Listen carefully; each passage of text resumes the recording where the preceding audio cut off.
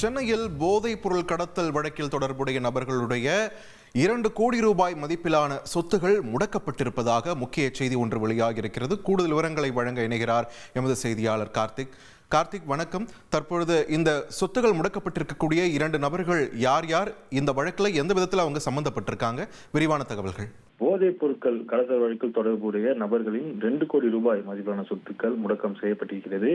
செங்குன்றம் அருகே கடந்த ஆண்டு ஜூன் மாதம் சென்னை போதைப் பொருள் கட்டுப்பாட்டு பிரிவு இயக்குனர் அரவிந்தன் தலைமையிலான அதிகாரிகள் மெத்தபெட்டமைன் வைத்திருந்ததாக 7 பேர் கைது செய்யப்பட்டார்கள். அவர்களிடம் இருந்து 1.47 கிலோ மெத்தபெட்டமைன் போதைப் பொருள் கைப்பற்றப்பட்டன. அவர்களிடம் இருந்து 1,29 லட்சம் ரொக்க பணம், 3000 அமெரிக்க டாலர், 5000 ஸ்ரீலங்கா பணம் உள்ளிட்ட அவாலா பணம் பறிமுதல் செய்யப்பட்டது. இதன் தொடர்ச்சியாக இந்த வழக்கில் தொடர்புடைய நிசாருதீன் ரஃபியா சகானா என்பவர்களின் 2 கோடி ரூபாய் மதிப்பிலான 4 விவசாய நிலங்கள், 11 வீடுகள் தற்போது பறிமுதல் செய்யப்பட்டிருக்கின்றன. இவை அனைத்தும் போதைப் பொருள் விற்பனை மூலமாக சம்பாதிக்கப்பட்டது என கண்டறியப்பட்டு மத்திய போதைப் பொருள் கட்டுப்பாட்டு மையம் சார்பில் பறிமுதல் செய்யப்பட்டிருக்கிறது. தொடர்ந்து இது போன்று போதைப் பொருட்கள் விற்பனையாளர்கள் சொத்துக்கள் முடக்கப்படும் என எச்சரிக்கை விடுக்கப்பட்டிருக்கிறது. நன்றி கார்த்திக், உங்களுடைய விரிவான தகவல்களுக்கு. உங்கள் தந்தி ஒன் தொலைக்காட்சியில் கர்ணன் தினமும் மாலை 5 மணிக்கு காண தவறாதீர்கள்.